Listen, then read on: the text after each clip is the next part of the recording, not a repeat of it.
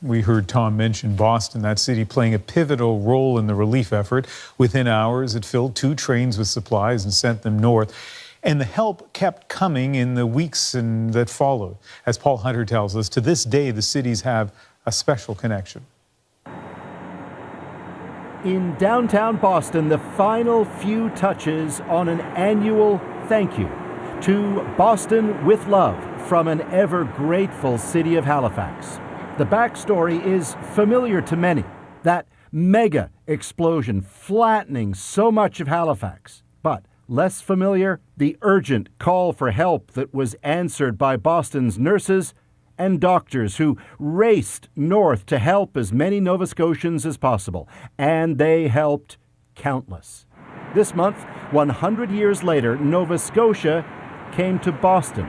And at Massachusetts State House, it was a night to honor Boston's century-old goodwill. You, as Bostonians, as Massachusetts, responded to our call and came to the aid of our city and to our province.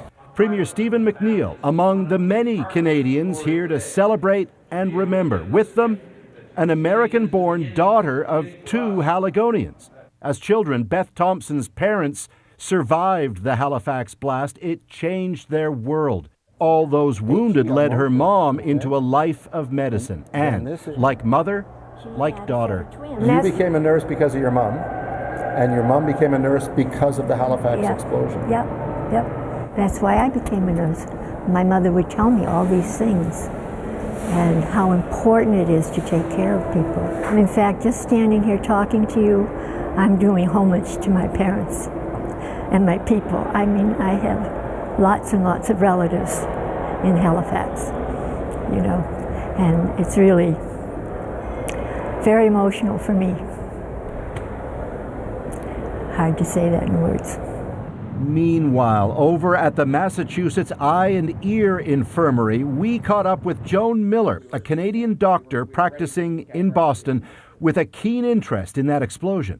For all those doctors and nurses who went up from Boston, she tells us, the terrible circumstance in Halifax was an immeasurable learning experience. Lessons they brought home that improved the treatment of eye injuries and, to this day, the medical care of children. Absolutely. I mean, you can't even calculate the number of people that were saved out of that, because it really created a whole new field and allowed us to care for children in different situations. They mobilized extremely quickly.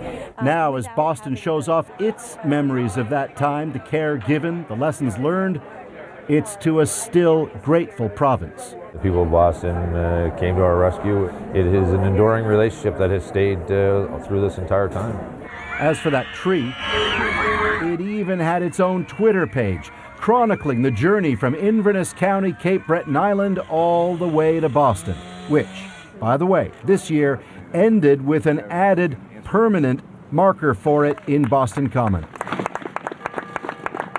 And that night, this year's giant thank you.